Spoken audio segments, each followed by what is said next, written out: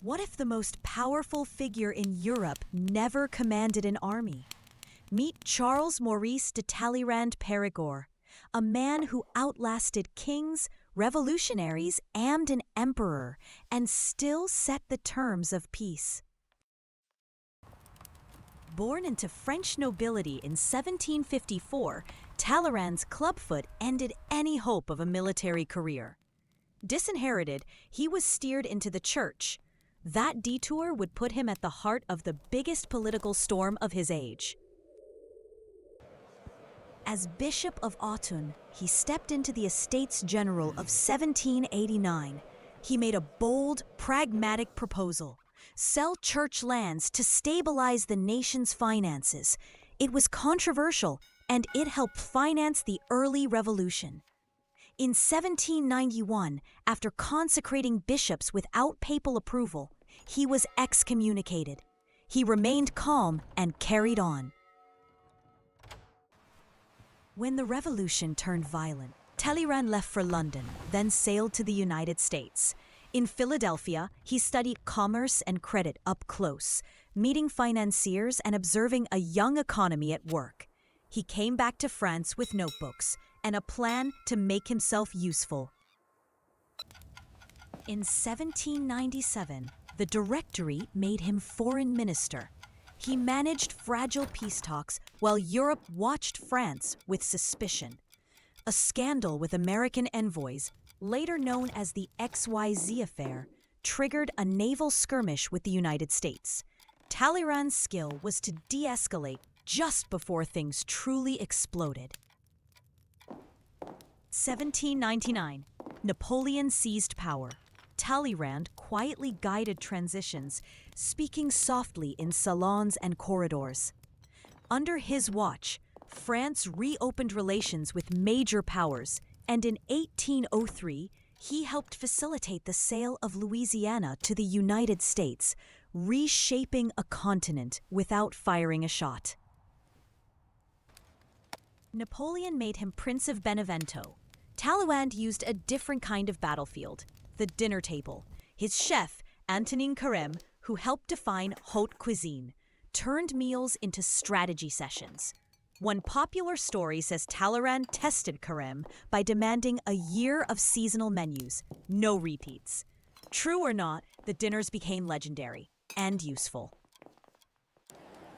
Talleyrand was famed, perhaps unfairly, for chilly wit. The line, "Speech was given to man to disguise his thoughts," is often attributed to him. Whether he coined it or not, he mastered the art of saying just enough to move the needle.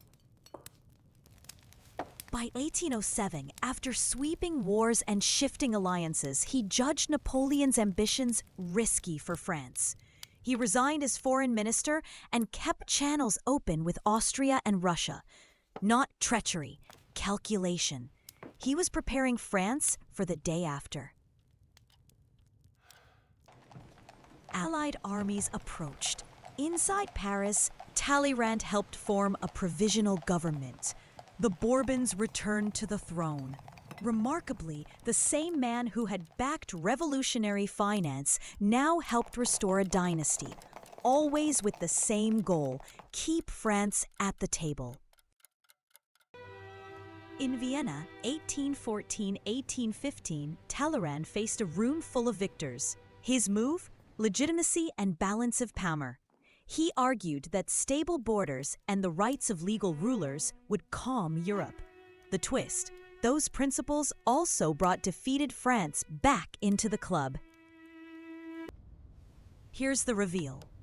On January 3, 1815, he concluded a secret defensive accord with Britain and Austria.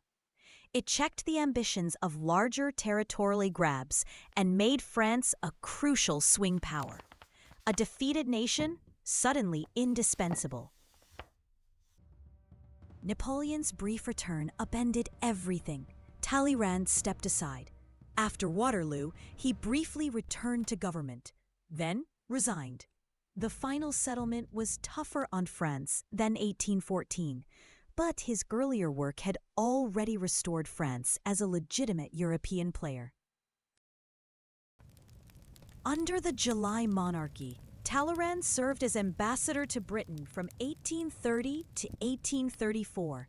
He helped guide the diplomatic settlement that recognized an independent Belgium, a quieter milestone that shaped modern Europe's map.